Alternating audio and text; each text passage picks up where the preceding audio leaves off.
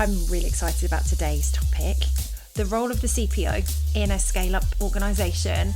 Is people are at the heart of it all, right? All roads lead to the leaders. Often your founder is now either leading a leadership team or might be on your leadership team.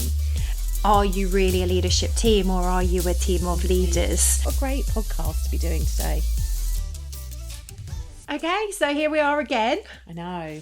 I'm really excited about today's topic because it's for our community. It is. So yeah, today is for our Chief People Officer community who we met in September. We've been doing several activities since.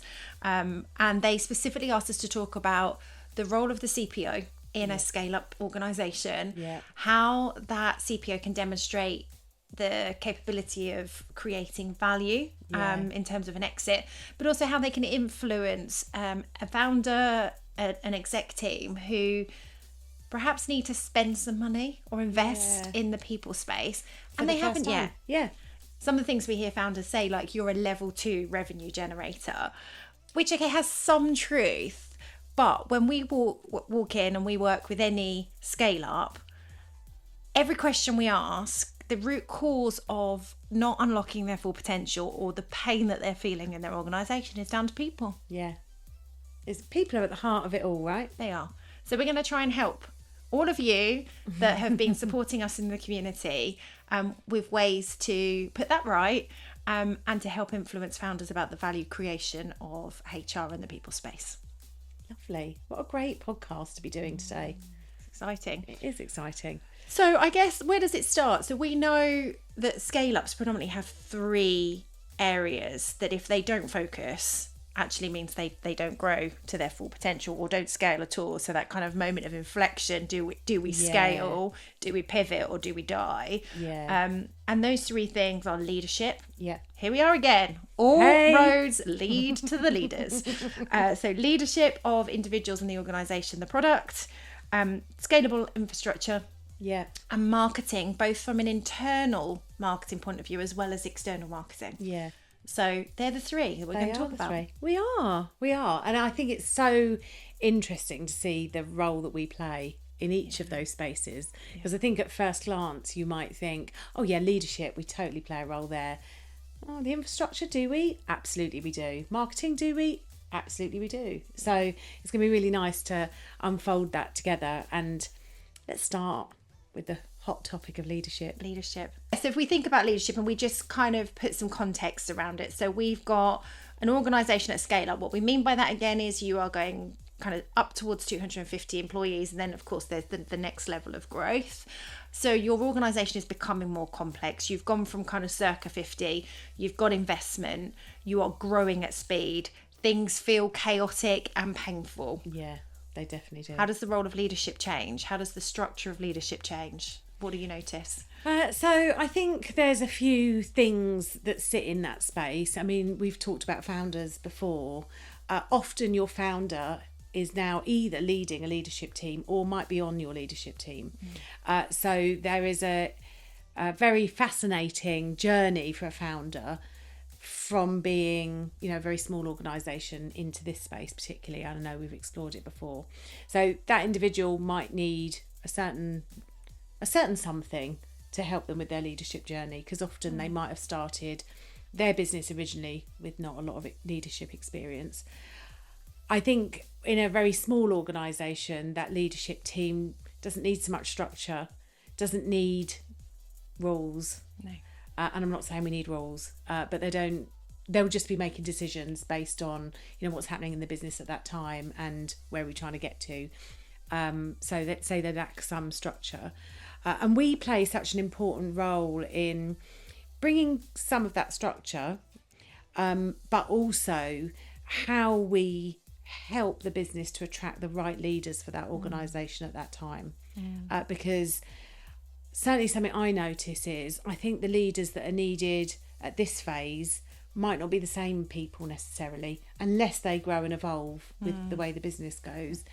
Because actually a leader in a scale up is probably not the same as a leader in a mature organisation or a big corporate organisation. No. You might do. It's not that it's impossible to move between the sectors as such, but it is quite a different beast. Yeah, and quite often we talk about there is a moment in time where that person is absolutely in the place where they will thrive. Yeah. And that is either I'm really cool with ambiguity, actually I thrive on it, I thrive on the messiness. Yeah. I can make stuff happen. Yeah. I'm okay with MVP. Yeah. And agile and go Yeah. again. Failure is okay. You know, that animal absolutely thrives Yeah. in that kind of startup scale up environment. Yeah. But there may come a point where you do need a little bit more what should we say? So we talk about guardrails, don't we? So Yeah. not bureaucracy, but process to enable multiple people to be able to come along on the journey. Yeah. And actually quite often the people that liked all of those things then quite often rebel or don't like those things. Yeah. And so they're no longer right for that part of the journey. Yeah. And in an organisation. And Yeah. and that's okay. And I think if you can help individuals acknowledge that and the organisation acknowledge that. Interestingly though, the CPO is quite often the one that goes all the way through. Absolutely. So that. when we've studied or we've worked with the organisation called LCAP who've studied the role of the CPO is normally that kind of trusted advisor to the team, but Yeah. also looks at things through the lens like you're just describing, which is what do we now need now? What do we Yeah. need next? Quite agile because actually all of the service that we should be providing is agile and fit for now. They tend to be the one that goes all the way through the different stages of growth. Yeah, that was so fascinating when we discovered that. And I think the role that they then play in terms of helping the organisation navigate a really strong leadership team is, I mean, it's critical to what we do, right? Whether that's coaching the CEO, coaching other members of the exec, working with the board to ensure that we are continuing to develop that executive team. Because I think at this stage of development, it's probably the first stage where you're starting to bring in some really expensive senior resource that is going to take the business to the next level. Specialised in their area. Yeah. And that's great to be a specialist in your area, but you've got more than one hat to wear. Yes. So once you're in that executive team, might not be called that in a startup scale up space, but that leadership group, you're not just wearing your functional hat anymore. And yes, you might be absolutely amazing at that, but also you are part of a collective who are leading an organisation to be a success. Yeah. And so you know, the rise and fall of that success is based on everybody, not just based on, well, my bit's okay, I don't need to worry about anybody else. Exactly that. And we talk a lot, so we do quite a lot of work, don't we, in terms of are you really a leadership team or are you a team of leaders? Yeah. And actually, depending on the size of your organisation, you might need both. Yeah. But that leadership team is a team. So they look after the enterprise on behalf of the organisation. Exactly. And they happen to represent a specialist area of the business, but it must be in service of that bigger picture. Yeah, absolutely that. And I think there is a really important journey to take people on to get to that point. And it's interesting because quite often, you know, I'll talk to leaders about, oh yeah, I just need some leadership development. Can we send X on a course kind of thing? And of course, I'm trying to say to them, what we really need is to develop this leadership team to be the best it can be in leading this organisation at this time. And of course that naturally changes all the time, right? So you'll have someone leave, someone else arrive, but it is about creating that real sense of collective responsibility that team is going to lead the organisation. And as you bring in a new entrant, the rest will essentially induct new people into the team. This is how we work in this team. And setting that out and getting it really clear. And investing in that. So we do a lot of leadership development. We do. And we know that your success is 35% attributed to the leadership of your organisation.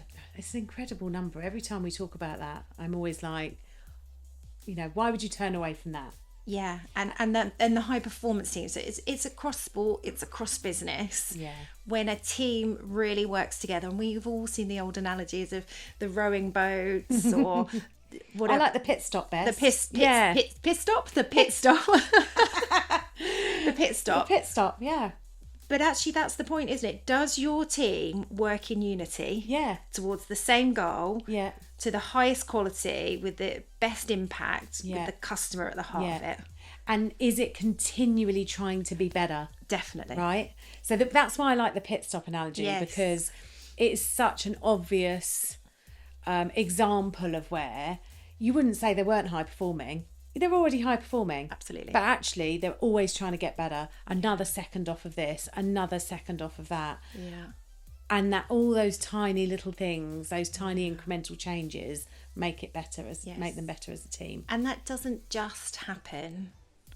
Oh, it comes Doesn't with just happen. practice and, experiment and working it out together. Yeah, feedback, continuously learning together. Exactly. Yeah. Exactly.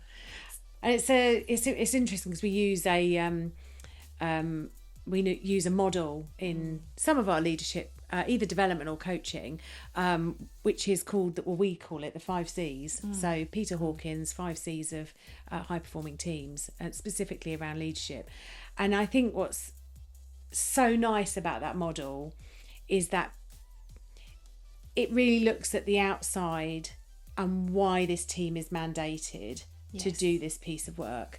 So that is commission. So that's kind of the first C. Who is mandating us to do what? Yes. And then it goes to clarifying. So as a team, okay, who does what in here? Yes. What am I responsible for? What do I bring to the team? What do you need from me? And being really clear with each other about that. So what's expected of me? What am I going to deliver? And by when? Then you've got kind of co-creating. So this piece about, well, how are we going to work together? So, that might be, the sort of thing you might put together in a team contract, for example. We are going to be honest and open. We're going to build trust. You might look at things like, well, how regularly might we meet? How are we going to make decisions? If we can't agree, who's overriding? Yeah. And really, that co-creation piece is so important in terms of how the team functions, how it actually gets stuff done. Definitely. And being really clear about some of that stuff. And we find that a little bit ourselves, don't we, about which one of the channels do we want to communicate with each other with? Okay, well, let's talk about that because we can co-create it together rather than everyone doing something slightly different. Yeah. So there's loads of interesting stuff to work through in that space.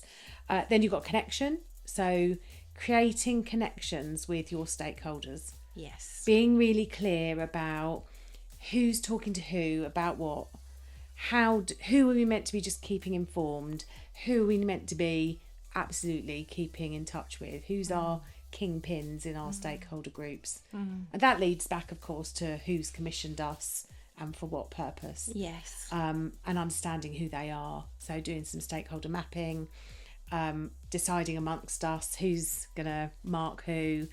Woo-hoo. Or woo-hoo, yeah. And, being really clear about that stuff helps you as a team, doesn't it? And then I think the bit that underpins it all, and obviously another area close to our hearts probably, is core learning.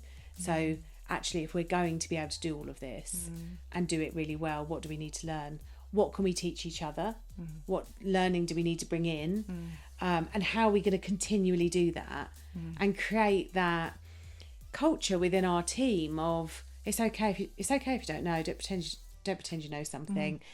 Just let's be honest. In fact, it's not okay to pretend. It's definitely not okay to pretend that you know something. Yeah, because we're talking about peak performance here. If you go back to the pits, absolutely, we want to be the best version of ourselves. All of those things, it's lovely, isn't it? So I was having this visual of when you were talking about that kind of clarity of role as well, because the opposite of that is watching them in the pit stop with two of them trying to get in the driver's seat, right? Yeah, which is what we see in an organisation at times. Yeah. So. Or no one taking the petrol pump out, or exactly. I mean, that pit stop analogy is so helpful for that whole space. Yeah. I use it quite a lot when I do kind of team coaching. Yeah. Because of course it does then remind people it's not that you're not high performing now. Yeah. But every high performing team has a coach. Yes. You see so many successful football teams, Yes. rugby teams, cricket teams, etc. All having coaching. Absolutely. To be their best. Absolutely. And we've got some lovely client testimonials, of course. But I mean, that's lovely. That's really nice to have. What's really lovely is to watch from the sidelines when we've done this work. We've genuinely seen teams who were pretty dysfunctional, if we're honest. And that's why they come to us. We're dysfunctional. We're not working well together. We've got some beautiful examples of leaders that we've worked with and actually maybe only have a quarterly intervention with us or a half a year intervention with us, but have gone on to do the most phenomenal things that they were very capable of, but they couldn't quite get themselves to work as a leadership team. So they were kind of, as we talked about, team of leaders, so doing some great work within the organisation as well, but not doing that in service of something together. And I love that kind of ecosystem, like who are you, it's much bigger, much greater than one of us. There's some of our parts. Absolutely. And then we've seen high performing teams just get better and better and better, and when you're in that, you can feel it. You can feel it. And they're the teams that have learned to say the tough stuff together. They encourage and dig for dissent. They don't take it personally, so that I think that's the point. They've got the trust and safety in that team, that all of these things being said are being said with good intent, to make us better together. No politics, no drama. And and genuinely, I know that sounds like nirvana. It does sound like nirvana. That is what we see. It is what we see. But of course it does take all of that group to be on that journey together, doesn't it? You can't have anyone sitting on the sidelines. It's all in. Or anyone not behaving in the way that we've agreed, or any of those things. That all needs called out and wriggled out. It's always very hard to do. But the value of that. It's immense, isn't it? So that's leadership. And how do we create the right leadership to take the organisation forward? And the pinnacle role of a CPO in that. Then the second piece the CPO can get heavily invested in and support the business with is the scalable infrastructure. And so what do we mean by that? It's a good statement to unpack, isn't it? Because it might lead you to a technical infrastructure world, but actually it's just about the system that is the organisation and how it works. And we're all got a high desire for efficient and effective ways of working that mean that we can seamlessly do our work, do our best work, and taking some of that noise or clunkiness or shortcuts even that have been created out of the system that is the organisation is so important. And getting that design right. When you're small, it feels like that's going to be a really difficult piece to work through, but actually then that's the time, isn't it? Yes. Because if you can get it right while you're still small and make that scalable with the rest of your business, that's going to stand you in good stead later. Absolutely. And I quite often, and it's a fine balance, right? Because quite often we talk about paradox of growth because it's a yes and, but we quite often talk about if you don't do that, you're building your house on quicksand.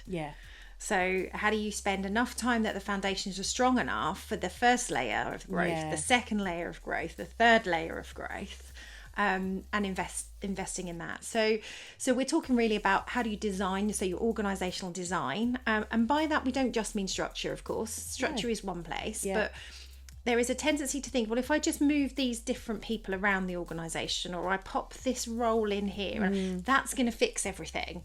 And I quite often talk about that doesn't fix everything, and especially if it's the same people just with different job titles. So when we talk about org design, we're not just talking about changing jobs in the organisation or maybe moving people around.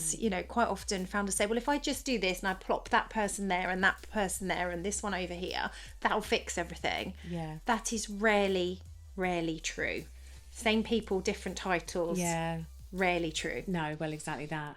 And what springs to mind there is McKinsey's 7S model. Absolutely. So that piece around strategy, structure, systems, skills, staff, and style. Yeah. And you know, if anyone's looked at the model, it arrives like this star model, doesn't it, where it all overlaps and interlinks with each other, which is so true. Yes. And getting those things aligned and designed to deliver for the business. Yes. It's such a great model. I can remember when it was first introduced to me. I don't know, it might be about 1800s. in the 1800s when I was born. I'm a similar age, so I'm just taking the account. Actually, we're fine with it. It's all good. It just immediately makes you go, right.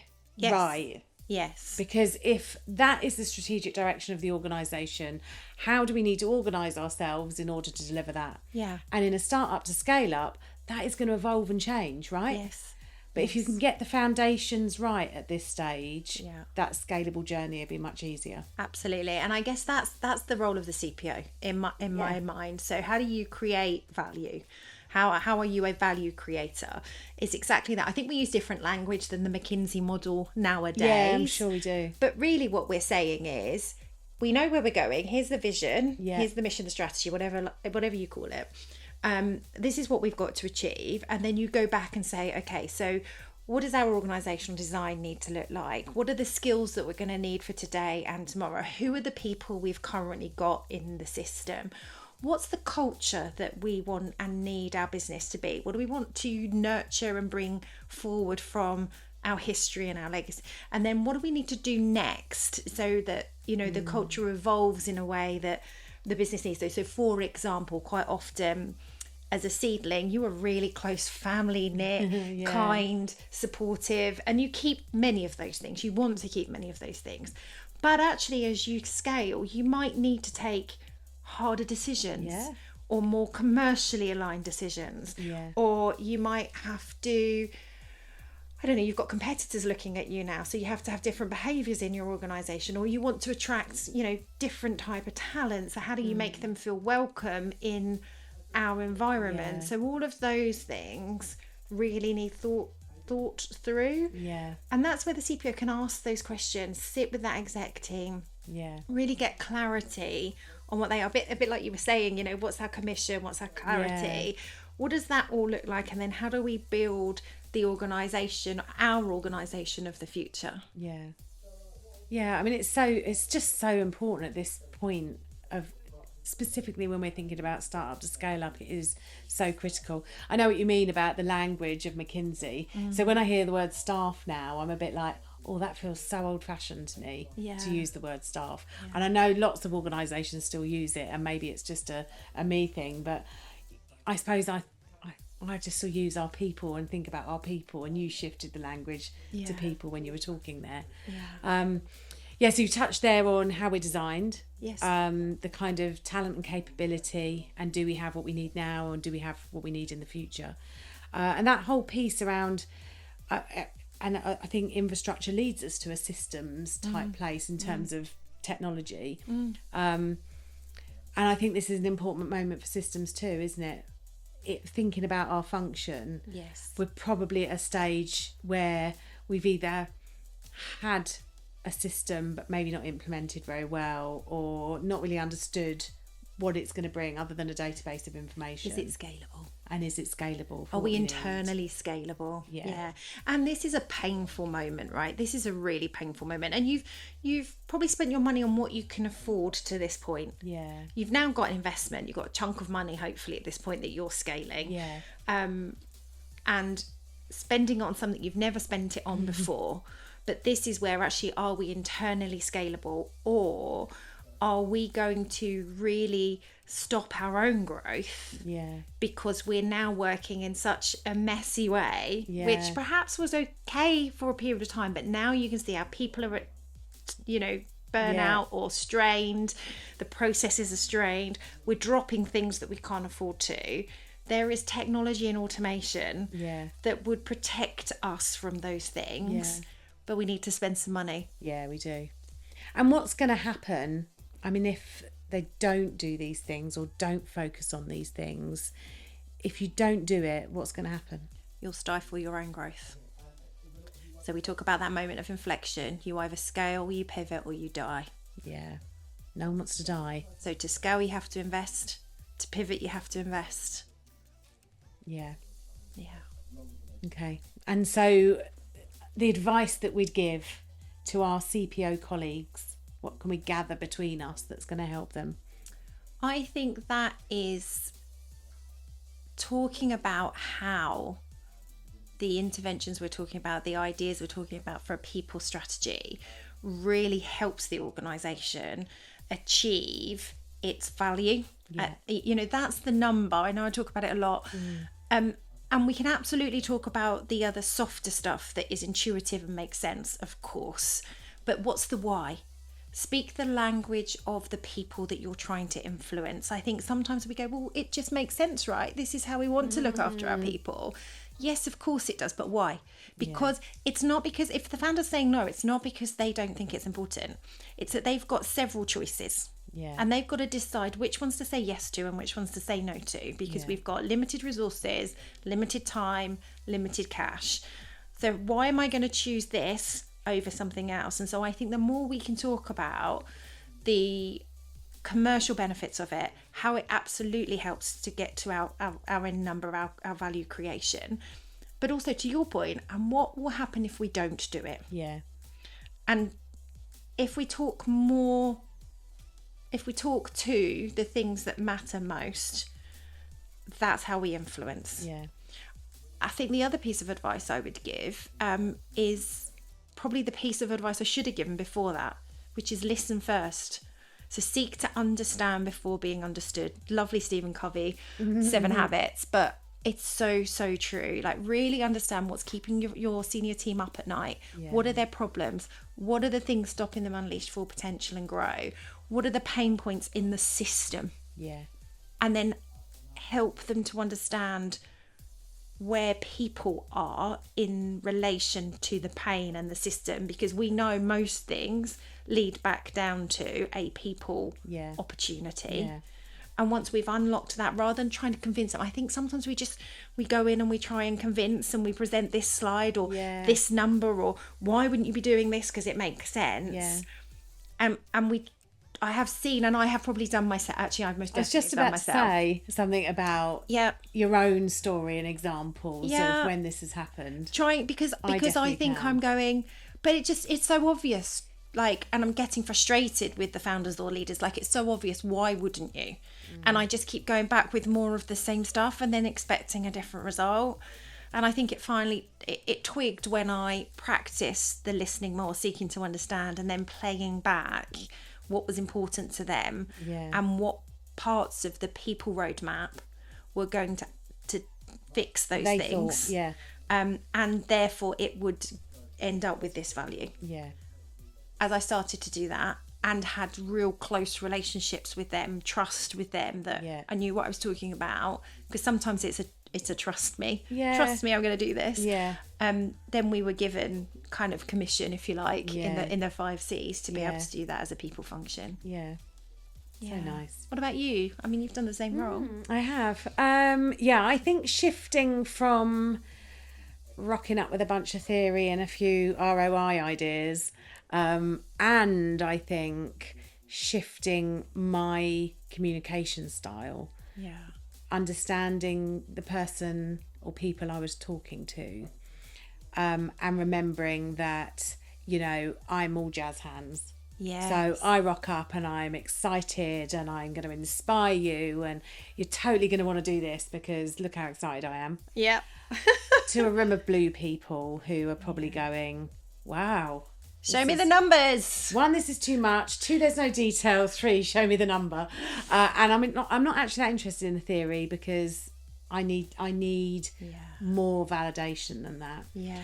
And what, obviously that comes a bit with experience, doesn't it? Because you're able to arrive and say, I've seen it work here and this is the result I got. I've seen it work here and this is the result I got. Rather than, and you might use some theory to underpin it, but actually it's a bit less about the theory and more about your experience. Do you know, that's a really good point, because I'm thinking about younger me, who would have needed to have read Harvard Business Review or found a number or something, because I couldn't quite quantify it in this organisation.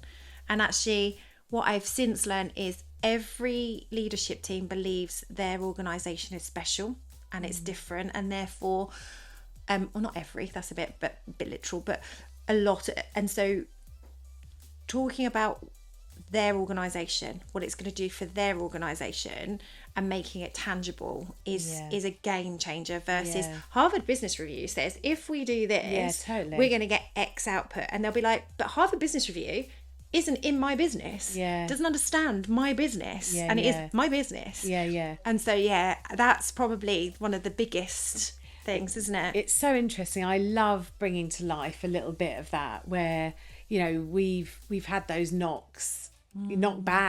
We've been to exec and board meetings trying to get something over a line, and had to leave going, could have done that better. But that's for everyone, that's all part of the learning journey, isn't it? And being a CPO is a role that has changed and evolved so much over the last 10 or 15 years, I guess. The good thing is we're seeing some phenomenal CPOs out there, right? Oh yeah. So obviously done the same journey from younger years, I'm sure, but we are seeing some phenomenal CPOs who are really able to articulate the value creation of the function. They're getting really database, so that's something our function is getting better at. So really insightful with people data, and being able to translate the information to say, for this organisation, I can translate this to mean this for you on the bottom line. I can translate this for you on kind of customer and employee NPS. Getting really insightful. I was about to say, it's that information to insight piece, isn't it? And I think that broad nature of our function is also replicated in marketing, which is the other part of, the areas that at this stage of an organisational development they should be focusing on. And for us and marketing, I always think it's a really important relationship. Definitely. And actually such a lot of overlaps between us in terms of, from a marketing perspective, they're thinking about customer segmentation. How do I talk to our customer? How do I attract customers in? We're doing exactly that, but either with candidates or with employees. Absolutely. So we are thinking about our employees in terms of segments. How old are they? What are they interested in? How do I communicate with them? What's going to be the preferred channel? What's going to be of interest to them in terms of their benefits? That whole piece around understanding our people better, so they get a more personalised experience. And then externally, naturally, we don't just stick an advert out in the local paper anymore, do we? No. So that has changed such a lot over a period of time, and our ability to be able to attract the best people to us rather than them go to work for somebody else. Yes. And how do you bring that to life externally? Of course, helping the marketing team with their talent. And attracting and recruiting people into their function. There's lots of ways where whatever the business needs to do, whatever the business focus is, actually the people team play a part in that. And our ability to continue to create that link for our teams to the organisational purpose is so important. Because it can be easily lost, can't it? It can. And I think the balance of, I quite often used to say, my role is to make myself redundant. So it's that balance, isn't it, of being really helpful but not disempowering individuals as the organisation grows. Because I think you said it in a previous podcast, the minute there is a function responsible for people or health and safety, actually it's almost like people go, okay, so they're responsible for that. Whereas in actual fact, the best people functions really are about empowering, educating, enabling the organisation to unlock at all levels. And marketing plays an important part, or certainly comms plays a really important part in that as well. So I guess that's kind of the end of this podcast. Hopefully for our community, we've covered some things that you've asked us to, that you were particularly interested in. But we are here for you. So if there is anything else we can help with, please let us know. We're going to run some more webinars on this topic so that we can actually have a two-way dialogue with you. So keep an eye on the website. We are here. We want to continue helping our function, our community be as impactful as possible. It's been great, as always. As always.